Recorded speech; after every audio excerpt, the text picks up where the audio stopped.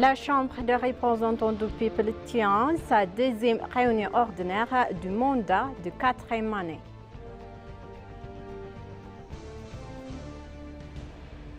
Le Premier ministre Abiy Ahmed a passé un séjour réussi au sommet de BRICS et sa visite officielle en Malaise a indiqué Bilen Siyum, chef du secrétariat de presse du bureau du Premier ministre.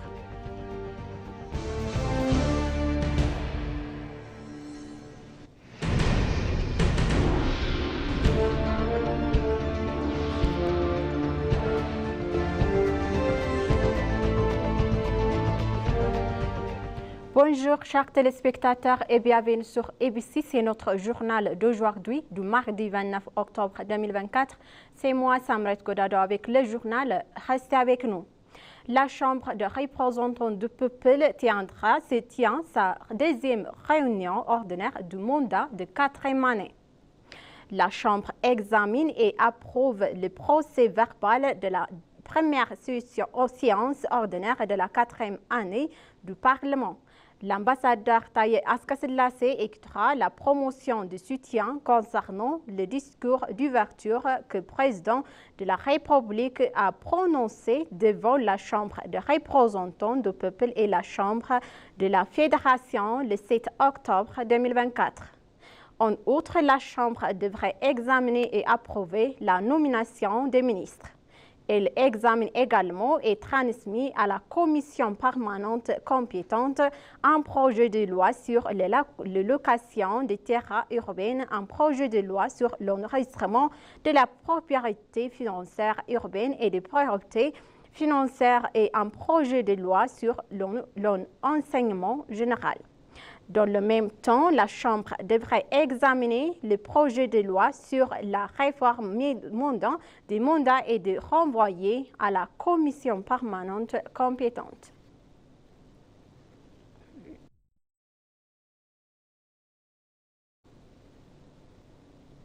Le Premier ministre Abiy Ahmed a passé un séjour réussi au sommet du BRICS et sa visite officielle en Malaise a indiqué Bilen Siyum, chef du secrétariat du bureau du Premier ministre. La chef du secrétariat de presse du cabinet du Premier ministre Abiy Ahmed, Bilen Siyum, a donné une explication concernant la visite du Premier ministre au sommet et des BRICS, sa visite en Malaise. Elle a également rappelé que le sommet des BRICS est le premier sommet auquel l'Éthiopie participe après en être devenu membre. Elle a indiqué que le Premier ministre Abiy Ahmed a participé efficacement à la conférence et aux réformes de consultations bilatérales et multilatérales. Selon elle, le Premier ministre Abiy Ahmed a exhorté lors de la conférence que l'Afrique devrait avoir une représentation permanente au Conseil de sécurité des Nations Unies et appelé à la réforme du système financier international. Elle a ajouté que la réforme du Conseil de sécurité et du système financier sont des questions que le Premier ministre Abiy Ahmed a soulevées à plusieurs reprises dans divers enceintes internationales. Outre son entretien, le Premier ministre Abiy Ahmed a déclaré qu'il y avait visité diverses activités de développement, notamment le centre d'assemblage de voitures Proton et les travaux de modernisation de la ville. Le responsable a déclaré que le Premier ministre Abiy Ahmed avait eu un séjour réussi au sommet du BRICS et sa visite en Malaise.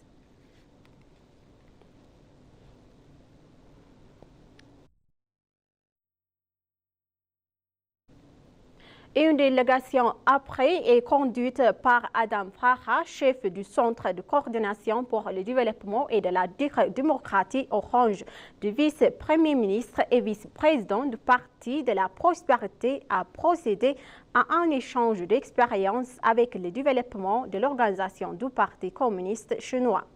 Xi Jinping est vice-ministre du département de l'organisation du Parti communiste chinois, a partagé ses expériences concernant le système organisationnel, le système d'exploitation et la situation générale de la Parti communiste chinois. Le département a partagé le travail principal qu'il accomplit pour organiser environ 100 millions de membres de Parti communiste chinois de Haute-Hanban développer leurs capacités et continuer à renforcer leurs capacités ainsi que les résultats qu'ils ont obtenus et travail effectué à venir. Le chef de la délégation, Adam Farah, a partagé les principaux enjeux du parti en termes d'organisation.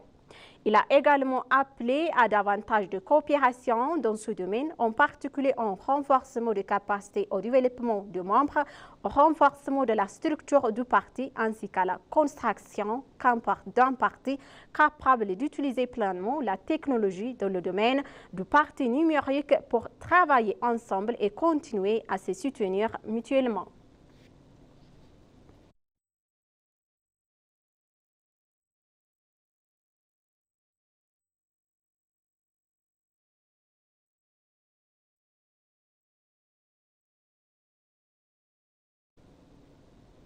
La délégation conduite par le ministre des Finances Ahmed Shideh a eu un entretien avec le PDG de la coopération financière internationale, Maktar Diop, et le président de l'Agence mondiale de garantie des investissements, Ethiopie Stefara. La délégation a tenu la réunion avec les responsables en marge de la réunion annuelle de la Banque mondiale et du FMI. Il a été suggéré que la discussion devrait se concentrer sur les réformes macroéconomiques en Éthiopie et sur les questions pouvant faire l'objet d'une collaboration étroite avec les secteurs privés. Le ministre des Finances, Ahmed Shideh, a expliqué aux responsables que l'Éthiopie faisait des efforts pour impliquer les secteurs privés dans l'économie. Il a également indiqué que la réforme macroéconomique de l'Éthiopie peut créer un environnement favorable aux investisseurs internationaux et a demandé aux deux institutions de renforcer leur soutien continu de la situation favorable des investissements en Éthiopie. Les instituts ont également déclaré qu'ils étaient prêts à prendre diverses mesures d'incitation, notamment en fournissant des garanties organisées aux organisations privées.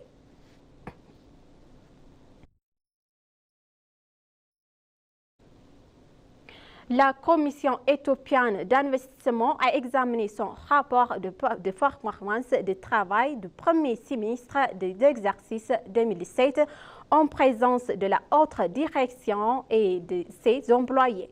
La Commission a délivré 108 nouvelles licences d'investissement au cours de la période indiquée, dont 65 sont entièrement détenues par les investisseurs étrangers et 24 autres sont des investissements conjoints, tandis que les 24 restantes sont accordées à des investisseurs nationaux.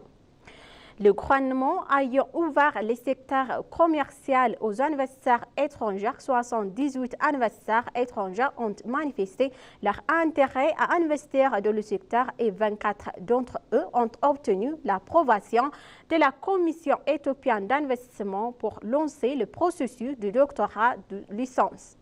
De plus, les activités de transformation du parc industriel en zone économique spéciale ont été entreprises au cours de la période indiquée. En outre, le pays a exporté plus de 131 millions de dollars de produits industriels sur un total plus de 23 millions de dollars exportés depuis les zones économiques spéciales.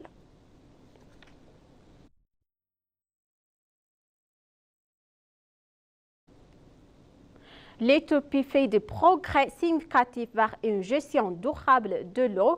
Le ministre de l'eau et de l'énergie a révélé son intention de mener des études approfondies sur l'utilisation équitable de ressources en eau sur terrain transfrontalière. Le ministre d'État de l'eau et de l'énergie, Abra Adunya, a souligné l'importance d'un leadership et d'une gestion efficace des ressources en eau pour garantir leur utilisation durable. Il a indiqué que l'Éthiopie est dotée d'abondantes ressources en eau, souterraines et surface qui doivent être correctement identifiées et protégées pour les générations futures. Le ministre vise à explorer des alternatives aux eaux souterraines, en particulier dans les régions qui connaissent des fabricants et pénuries d'eau, a souligné le ministre d'État. De plus, la publication récente d'une carte démographique a souligné l'importance des ressources en eau souterraine transfrontalière, ce qui a incité le ministre à lancer des études détaillées pour évaluer ces ressources d'eau vitales, a-t-il exprimé. Il a réaffirmé également qu'en collaborant avec les pays voisins, l'Éthiopie s'efforcera de garantir un accès juste et équitable à ces ressources partagées, favorisant ainsi la coopération régionale et la durabilité.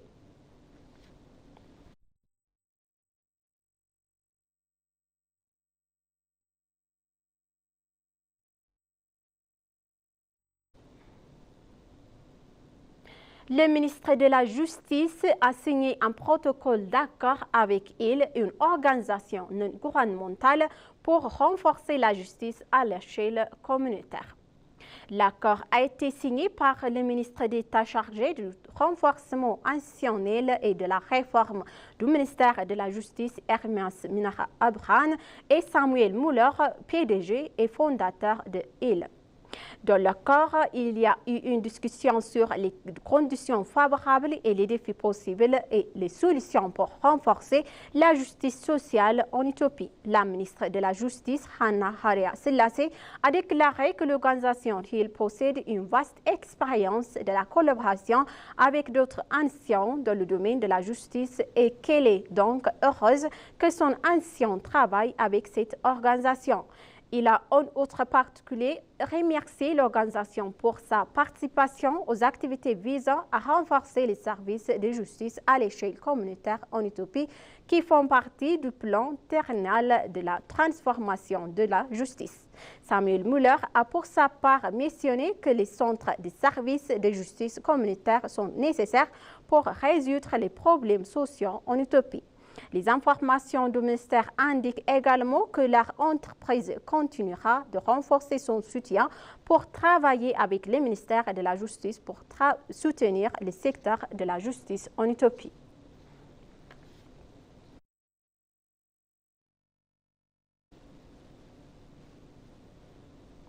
Le ministre national de l'Industrie manufacturière a annoncé que le gouvernement travaille dur pour résoudre les gueulons de l'entranglement de l'industrie manufacturière. Les membres du Conseil ont visité l'usine de cuir Éclan, les industries de fabrication de textiles Bulgana et la Alsam Dima située autour de Sébé et Addis Ababa. Le Conseil s'est entretenu avec les directeurs de l'usine.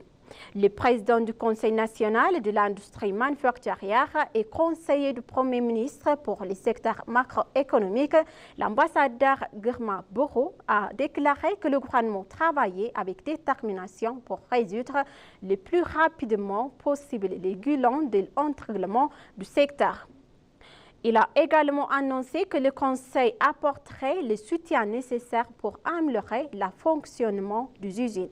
Selon les informations reçues du ministère, le gouvernement a créé un Conseil national de l'industrie manufacturière dans le but d'accroître la compétitivité internationale et la productivité des industries manufacturières et d'étendre leur expérience à d'autres.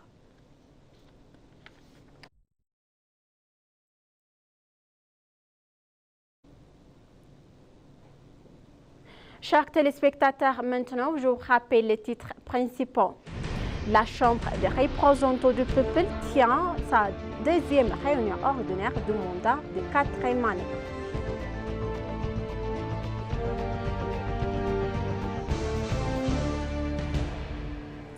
Le Premier ministre Abiy Ahmed a passé un séjour réussi au sommet des BRICS et sa visite officielle en Malaisie a indiqué Blaise Souliem, chef du secrétariat de presse du bureau du Premier ministre. Merci, chers téléspectateurs, d'avoir resté avec nous jusqu'à la fin de notre journal d'aujourd'hui. Je vous souhaite une bonne journée.